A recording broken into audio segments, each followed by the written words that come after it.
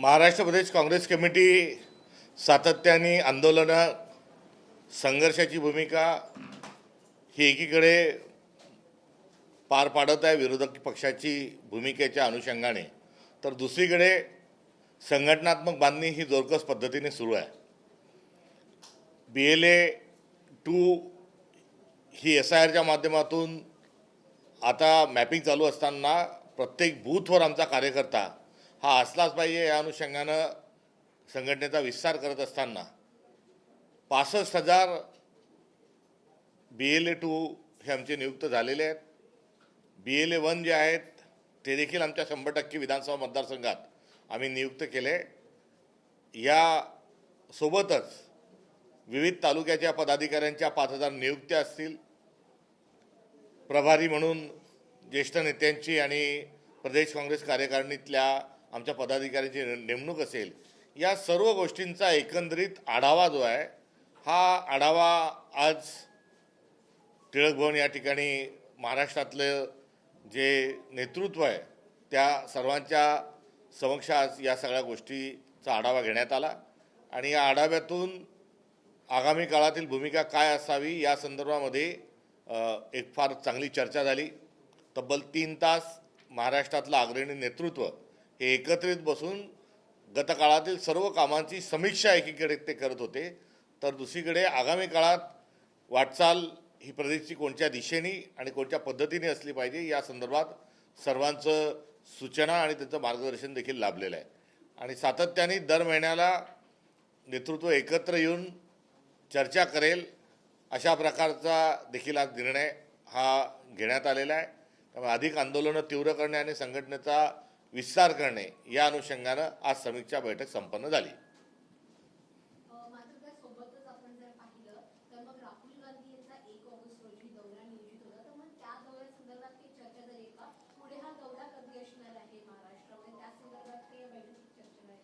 राहुल गांधी छात्रों की गूंज या कार्यक्रमाच्या उपक्रमाच्या आणि संवादाच्या माध्यमातून देशभर ते फिरत आहेत।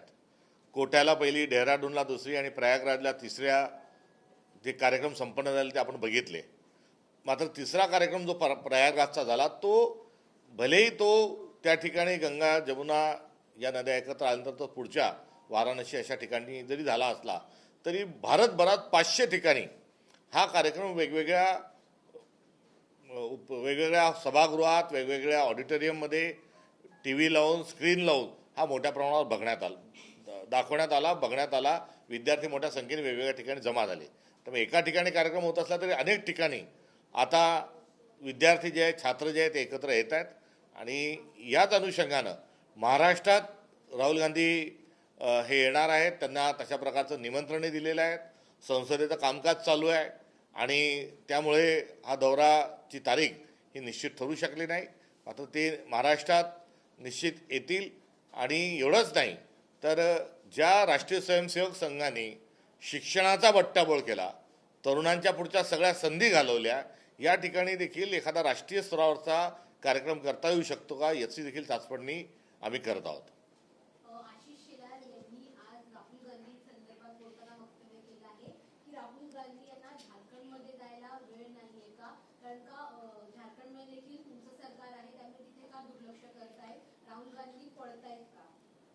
राहुल गांधी भिडणारे आहेत, पळणारे नाहीत।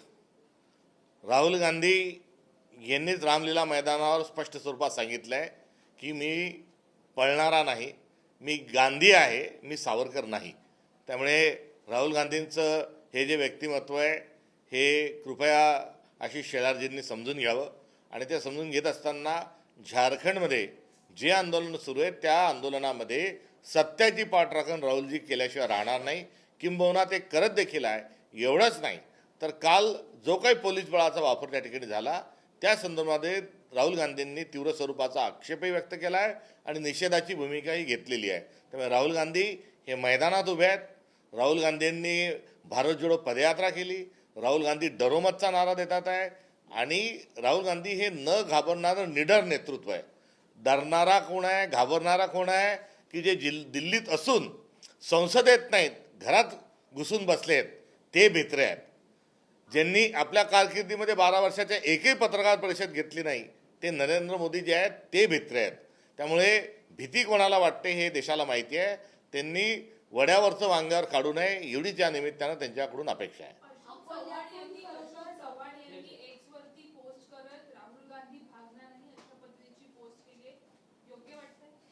जे स्वतःच पळून गेले आहेत, जे स्वतःच भीतीतून आणि ज्यांनी काँग्रेसकडून भरभरून घेतलं तेच पळून गेल्यानंतर आता देणाऱ्या माणसाला बद्दल त्यांनी असा आरोप करणं म्हणजे ही कृतज्ञता आहे. अकोल्यातून आपण जर पाहिलं तर मग डॉक्टर अभय पाटील हा तुमचा पक्ष सोडणार आहे आणि एकनाथ शिंदे यांच्या पक्षात प्रवेश करणार आहेत. मात्र त्याआधी त्यांनी तुमच्यावर टीका केली आहे की वेळ देत नाहीत आम्हाला नेतृत्व आणि त्यामुळे पक्ष सोडत आहोत. तुमच्यावर टीका करत त्यांनी आता पक्ष प्रवेश करण्याचा निर्णय घेतला आहे. डॉक्टर अभय पाटील हे मागच्या लोकसभेमध्ये काँग्रेस पक्षाचे उमेदवार होते. काँग्रेस पक्षाला त्या ठिकाणी भक्कम जनतेची साथ मिळाली. आमचे उमेदवार जे आहे ते निवडून येता येता डॉक्टर अभय पाटील हे कुठेतरी काही मतच त्यांना कमी मिळाली आणि अशा पार्श्वभूमीतले जे डॉक्टर अभय पाटील जे आहेत हे काँग्रेसचं त्या ठिकाणचं एक चांगले उमेदवार म्हणून ते कसोटीवर देखील त्यांनी आपल्या ज्या क्षमता आहेत त्या सिद्ध केल्या होत्या. 2007 डॉक्टर अभय पाटील हे राष्ट्रीय स्वयंसेवक संघात होते आणि संघाची पाठराखण 2007 पासून करत असताना पुढे त्यांच्या असं लक्षात आलं की हा विचार फसवा आहे आणि तेव्हापासून ते काँग्रेस पक्षात कार्यरत होते. काँग्रेसमध्ये आल्यानंतर त्यांना तिकीट देऊ नये कारण ते संघाशी संदर्भित आहेत अशा प्रकारे एक मोठा त्यावेळेस चर्चा झाली होती. मात्र माझ्यासारख्या अनेकांनी त्यावेळेस त्यांनाच उमेदवारी मिळाली पाहिजे अशा स्वरूपाची एक भूमिका कुठेतरी घेतली आणि त्यांना मिळाल्या मताधिक्याच्या अनुषंगानं ती निश्चित ती बाब खरी ठरली. यावेळेस प्रदेश काँग्रेस कमिटीची कार्यकारी बनल्यानंतर, कारण मागच्या वेळेस ते प्रदेश काँग्रेसच्या कार्यकारिणीत होते, यावेळेस प्रदेश काँग्रेस कमिटीची कार्यकारी बनत असताना जे वेळ देतील, जे बाहेरच्या जिल्ह्यात फिरतील अशा लोकांना प्रदेशमध्ये घेण्याचा प्रयत्न होता आणि त्या अनुषंगानं प्रदेश काँग्रेस कमिटीमध्ये त्यांना त्यांचं स्थान जे आहे हे यावेळेस निश्चित होऊ शकलं नाही आणि त्याऐवजी त्यांच्याकडून अपेक्षा होती की ते जिल्ह्यात फिरतील, जिल्ह्यातला संपर्क वाढवतील, जिल्ह्यातल्या प्रत्येक गावात जातील आणि एखाद्या वेळेस जिल्हा काँग्रेस कमिटीच्या देखील अध्यक्षपदाच्यामध्ये त्यांचं एक नाव चांगलं असू शकतं अशा प्रकारची चर्चेची पार्श्वभूमी होती. त्या पार्श्वभूमीवर त्यावेळेस त्यांना राज्याच्या कार्यकारिणीत घेतल्या गेलं नाही. मात्र अशा प्रकारची वस्तुस्थिती असताना आणि काँग्रेस पक्षाने त्यांच्यावर विश्वास व्यक्त केलेला असताना राष्ट्रीय स्वयंसेवक संघाची पार्श्वभूमी असूनही त्यांनी तातडीने त्याच वेळेस जवळपास 1.25 वर्षापूर्वी त्यांनी आपला राजीनामा दिला आणि राजीनामा देत असताना तोही राजीनामा जो आहे तो कुठे SMS च्या माध्यमातून पाठवला का अजून वेगळ्या माध्यमातून पाठवला का प्रेसमध्ये जाहीर केलं आणि त्यांनी कुठल्याच प्रकारचा संपर्कही केला नाही. मी सदैव उपलब्ध आहे, सगळ्यांना भेटण्याकरता तयार आहे. हा काँग्रेस पक्ष जो आहे त्याच्यामुळे त्यांना एवढे मतदान मिळालं हे एका बाजूला सत्य आहे. त्यामुळे जी पक्षामध्ये राहत असताना जी श्रद्धा आणि सबुरी हवी ती श्रद्धा आणि सबुरी जर नसेल तर मात्र माणसं जी आहेत ही कपडे बदलल्यासारखी पक्ष बदलतात. एवढंच या निमित्ताने या ठिकाणी सांगेल आणि त्यांना काँग्रेस पक्षाने जी संधी दिली होती त्यानुसार त्यांची ओळख निर्माण झाली. त्यांना पक्षाच्या कधी त्यांनी वेळ मागितली दिली नाही असं अजिबात कुठे झालं नाही. आता ते ज्या पक्षात जातात त्या पक्षामध्ये नांदा सौख्य बरो ही त्यांची असणारी कुठेतरी शुभेच्छा आहे. मात्र सार्वजनिक जीवनात आपण आपला वेळही दिला पाहिजे, संपर्कही ठेवला पाहिजे आणि सगळं समजून घेतलं पाहिजे. गडचिरोलीमध्ये खरंतर काँग्रेसचे माजी आमदार आणि खासदार राहिलेले मारुतराव कुवासे यांच्या अनुदानित आश्रमशाळेमध्ये एक गंभीर घटना घडली. त्या ठिकाणी 3 मुलींना सर्पदंश झाला आणि त्यांचा दुर्दैवी मृत्यू झाला. या प्रकरणाच्या संदर्भात आता भाजपने खरंतर कुठेतरी त्यांना लक्ष केलेलं आहे आणि त्यांच्या आश्रमशाळेचा परवाना सुद्धा आता रद्द करण्याचे आदेश दिलेले आहेत. कशा पद्धतीने बघतात या सगळ्या गोष्टीकडे? अत्यंत गंभीर घटना घडली. कोणत्याही वसतिगृहात 3 मुलींचा सर्पदोषाच्या मुळे जर मृत्यू होत असेल तर ही बाब दुर्दैवी आहे. मात्र आदिवासी विभाग झोपा काढत होता का आणि त्या वसतिगृहाला अनुदान नियमित स्वरूपात मिळत होता का याची जबाबदारी कुठेतरी सरकारने घेतली पाहिजे. कारण ज्या मुली पलंगावरनं झोपता खाली होत्या अशा प्रकारची जी प्रथमदर्शनी जी बातमी आली तर मग आपण पलंगाच्यावर उंचावर झोपण्याच्या अनुषंगानं सरकारनं अनुदान दिलं होतं का नव्हतं त्याची शहानिशा ही कुठेतरी केली पाहिजे. त्यामुळे आरोग्यमंत्री काय झोपा काढतात आहे का आरोग्यमंत्री केवळ कॅबिनेटमध्ये काही मोहाचा अर्क देऊन स्वतःची पाठ थोपटून घेतात का, याचाही विचार या पार्श्वभूमीवर करत असताना ते अजिबात गंभीर नाहीत. ते किती वसतिगृहांमध्ये गेले, किती वसतिगृहांना त्यांनी भेटी दिल्या, वसतिगृहात मिळणारं अन्न कसं आहे, वसतिगृहातल्या सुविधा कशा आहेत, वसतिगृहामध्ये झोपण्याची, राहण्याची, खाण्याची, पिण्याची कशी व्यवस्था आहे, हे सर्व वसतिगृहात आणि आश्रमशाळांमध्ये बघणं आवश्यक आहे. मात्र त्यांचं याकडे लक्ष नाही. हे सरकार ठिकठिकाणी जसं भ्रष्टाचार करतं तसाच भ्रष्टाचार हा आदिवासी विभागातही मोठ्या प्रमाणावर सुरू आहे. त्यामुळे सरकारच्या गलथान कारभाराचा नवे तर सरकारचं अजिबात प्रशासनावर वचक नाही आणि लक्ष नाही, हा यातला सर्वात महत्त्वाचा बाब आहे. राहायला ती शाळा कोणाची आहे, तर शाळाची संस्थाचालक कोणी जरी असला तरी ती अनुदानित सरकारी स्वरूपाची जर संस्था असेल तर सरकारचं नियंत्रण ठेवणं आणि सरकारने त्या संपूर्ण व्यवस्था चोख आहेत की नाही हे बघणं सरकारचं काम आहे. त्यामुळे सरकार परवाना रद्द एकीकडे करत असेल मात्र दुसरीकडे स्वतः देखील जबाबदारीतून पळ काढत आहेत. मात्र यासोबतच दुर्लक्ष करणाऱ्या जिल्ह्याच्या अधिकाऱ्यांना, प्रकल्प अधिकाऱ्यांना आणि ज्या 8-10 दिवसापूर्वीच गडचिरोली जिल्ह्यात जाऊन आलेल्या आदिवासी मंत्र्यांवर नेमकी काय कारवाई करणार हा देखील प्रश्न या निमित्ताने उपस्थित होतो. हा 3 मृत्यूला भारतीय जनता पक्षाचा भ्रष्टाचार जबाबदार आहे असं म्हटल्यास चूक होणार नाही. सर, मनोज जरांगे पाटील एकीकडे पश्चिम महाराष्ट्र दौरा काढताना पाहिल्यानंतर, परंतु हेच मनोज जरांगे पाटील अनेक वेळा मराठा समाजाला कुणबी आरक्षण मिळावं याकरता त्यांनी आंदोलनं केली आणि अनेक वेळा त्यांनी खरं तर आपली उपोषणं देखील सोडली. परंतु आता ते म्हणतात आमची मात्र फसवणूक होते, आमचे कुणबी प्रमाणपत्र रद्द केले जातात, आम्हाला या नेत्यांकडनं अडवलं जातं. कशा पद्धतीने बघता या सगळ्या गोष्टी? एकंदरीत जो मराठा समाजाचा आरक्षणाचा मुद्दा आहे यातून एव्हानाच मार्ग निघायला हवा होता. काँग्रेस सरकार असताना मराठा समाजात दिलेलं जे आरक्षण आहे त्या आरक्षणाचा लाभही मिळण्याची प्रक्रिया सुरू झाली होती. मात्र न्यायालयीन प्रक्रियेमुळे ते कुठेतरी थांबले होतं. न्यायालयाच्या प्रक्रियेमध्ये इम्पिरियल डाटा नावाचा एका विषयाच्या अनुषंगानं ते आरक्षण थांबलं. वास्तविक पाहता प्रदीर्घ काळ असताना इम्पिरियल डाटा पूर्ण करून जुनं आरक्षण जे आहे ते नव्याने देता येणं हे शक्य होतं. मात्र या सरकारजवळ कुठलीही राजकीय इच्छाशक्ती नाही. सोबतच आरक्षणाच्या 50% मर्यादामध्ये वाढ करून मराठा समाजाला आरक्षण दिलं पाहिजे ही एकंदरीत जी कायदेतज्ञांची आणि सर्व पक्षाची काँग्रेसची जी भूमिका होती ती देखील या सरकारने ऐकली नाही. केंद्रामध्ये त्यांनी जर तशा पद्धतीचं संविधान दुरुस्तीचं विधेयक आणलं असतं, तशा प्रकारचं विधेयक आणलं असतं आणि 50%च्या वर मर्यादेला ओलांडता आलं असतं तर या आरक्षणाचा प्रश्न सुटला असता. नंबर 2. नंबर 3, सातत्याने मुंबईच्या कुठे वेशीवर येऊन किंवा मुंबईत येऊन जेव्हा आंदोलक वापस जातात तेव्हा या सरकारने त्यांना काय काय सांगितलं होतं, काय काय वचनं दिली होती हे कुठेतरी एकदा जाहीर झालं पाहिजे. आणि ते जाहीर जेव्हा होईल तेव्हा फसवणूक झाली का दिशाभूल झाली हे स्पष्ट झाल्याशिवाय राहणार नाही.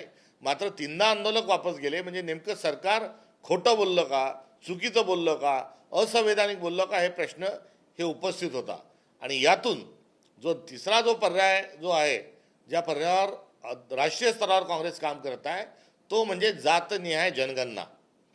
आपसूक आताच जनगणना सुरू आहे आणि ही जनगणना आपली सर्वसाधारण जनगणना सुरू असताना जातनिहाय जनगणना जर केली तर आरक्षणाच्या मुद्द्यातून निश्चित मार्ग निघेल अशी एकंदर परिस्थिती आहे. संसदेमध्ये जातनिहाय जनगणनेचा ठराव मंजूर झालेला आहे. जातनिहाय जनगणनेचा ज्या आवश्यक ज्या संविधानिक बाबी होत्या त्या एकमताने सर्वांनी पूर्ण केल्या आहेत. मात्र तरी देखील जातनिहाय जनगणना ही होत नाही. जातनिहाय जनगणना जर झाली असती आणि जातनिहाय जनगणना जर झाली तर मराठा असेल, धनगर असेल किंवा इतर सर्व जे आरक्षण प्रश्न आहेत हे सुटल्याशिवाय राहणार नाही. या सरकारला अशा प्रकारचे प्रश्न हे चिघळत ठेवायचे आहे आणि फोडातोडा आणि राज्य करा हे पोलरायझेशनचं राजकारण हा त्यांची करण्याची एकंदरीत जी शैली आहे त्या शैलीमुळे विविध समाजांना आरक्षणाचा लाभ मिळत नाही आहे. थँक्यू.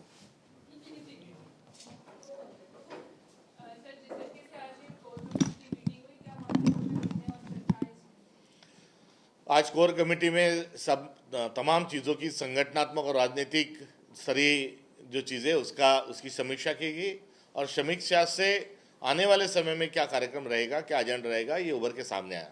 हर महीने में महाराष्ट्र प्रदेश कांग्रेस कमेटी की जो लीडरशिप है वो अपने आप में इकट्ठा होकर बैठक के माध्यम से, चर्चा के माध्यम से समीक्षा करते रहेगा और समीक्षा के साथ साथ संगठनात्मक विस्तार और आंदोलनात्मक जो भूमिका है उस पर लगातार चलते रहेंगे।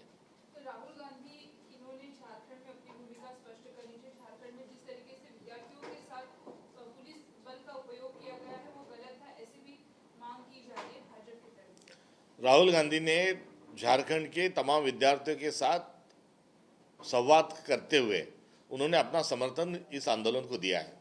इतना ही नहीं तो कल बल का प्रयोग वहाँ पुलिस द्वारा जो किया गया था उसकी निंदा भी राहुल जी ने की है। और राहुल गांधी इन तमाम देश भर में चलने वाले सभी जो चीज़ें और आंदोलनों के साथ एक सौहार्दता के संवाद और इसका सोल्यूशन ढूंढने में वो आए दिन काफ़ी समय दे रहे हैं। और उनका ना केवल दिल्ली के आंदोलन से बल्कि देश भर के युवाओं के आंदोलन के साथ उनका एक विशेष रिश्ता है और वो विशेष रिश्ता संविधानिक तरीके से हर किसी को मौका मिलना चाहिए ये है। और उन्होंने रही बात रांची की, झारखंड की आंदोलनों की बात, तो उसमें बल प्रयोग की उन्होंने कड़े शब्दों में पहले ही निंदा कर चुके हैं। राहुल गांधी भागना नहीं, इस तरीके का जो हैशटैग करते हुए एक पे पोस्ट जो है अशोक चौहान इन्होंने लिखी है और उन्होंने रियलिटी को फेस करना चाहिए ऐसा कहा। रियलिटी की को फेस न करने के कारण डर के जो खुद ही भाग गए भारतीय जनता पार्टी में, उन्होंने इस प्रकार से आरोप करना कहीं ना कहीं हास्यास्पद है। तमाम पद और तमाम राजनीतिक करियर में कांग्रेस से सब कुछ लेने के बाद कांग्रेस के को पीठ दिखा के जो व्यक्ति भागी है, उन्होंने देने वाले आदमी को इस प्रकार से आरोप करना ये शोभनीय है।